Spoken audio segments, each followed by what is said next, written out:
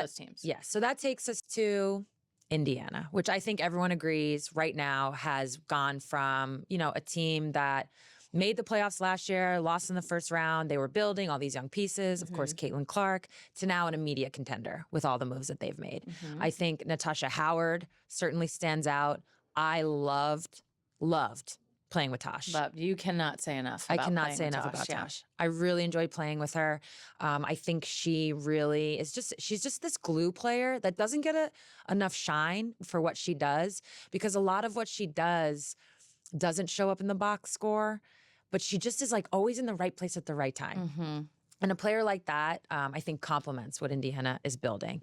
They obviously, through trade, added Sophie Cunningham, a player that, I would say a 3-and-D type player who has, been to the finals, so has that playoff experience. She's also just tough. She's mentally tough. She's physically tough. She brings an edge to them. And then last but not least, they added Dawana Bonner, which really I think is the one that, for most people, like took it to another level. So now you're like, oh, they're a contender. Now the expectations have changed. I'm sure the way they're approaching this season have changed. I think the biggest part of DB joining this team is that she's already played for Steph. So I think that's going to help bridge the gap, because as we go along, we're going to talk about Vegas and Seattle, Atlanta. It's really going to be which Stephanie team. White being the head coach of, Right. Sorry. Yeah. Thank you. Was the head coach of Connecticut, now the head coach of Indiana. Yeah. So it's really going to be the team that finds their chemistry. This season is short. I mean, they're adding games, but it's still pretty short season. Still short. And it's going to be the team that finds chemistry. So having Stephanie White there, having already coached DB, really does help. So I take honestly, I think that's a major point. And one thing, let me just make this clear. Shout out to Sue, but she didn't mention that Kelsey Mitchell has been re-signed with the Indiana Fever, and I think this is a huge part for the Indiana Fever's success, being that Caitlin Clark and Kelsey Mitchell are the best duo, backcourt duo, in the game right now. So I love what I'm seeing from them as far as Caitlin and Kelsey. That alone, they were already beating a lot of teams with, and you add in the Lexi Hall, Aaliyah Boston's production, and some of the other girls around the Fever's roster last year, right? But now, as you can see, Sue loved playing with Natasha Howard. Natasha Howard, she doesn't get the spotlight, but she's someone like a Draymond Green, where she's so important to a team's success that it doesn't have to come from scoring. It could be from a defensive standpoint, a leadership standpoint, a rebounding standpoint, whatever standpoint it is. Defensively, for Natasha Howard, she's pretty decent defensively, and just making good basketball plays. So I love that piece for them. That's something that they probably did not have, and honestly, I think it's more of a mentorship too for Aaliyah Boston. I think that's going to be good for her. Aaliyah Boston's still pretty young. I think Aaliyah Boston's 23 years old, very young. So.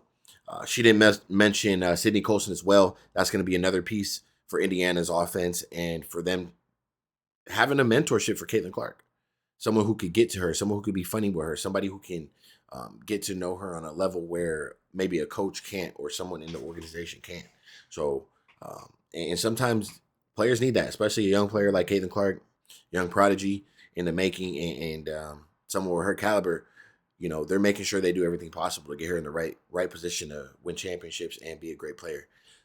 Another thing I want to talk about is the chemistry standpoint. Yes, Stephanie White, I think she's going to be able to...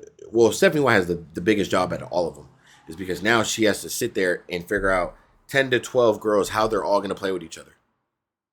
What rotations, and I think that's going to have to come down to training camp, girls getting familiar with each other, girls getting comfortable, who's going to work with who. Maybe Lexi Hall will work better in this position. Maybe Cunningham will work better playing with Natasha Howard at the 5, with DB at the 4.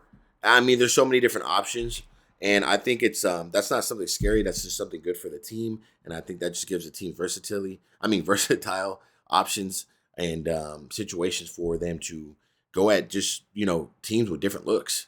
And that's what it comes down to. You don't want to go, because teams watch film. You don't want to just have one look. Like, their film sessions is going to have to be like really detailed, because the Indiana Fever have so many different options they can throw at you, especially with a head coach like Stephanie White, which I'm sure all these girls are going to be excited to play for, and she's going to have respect from all the players.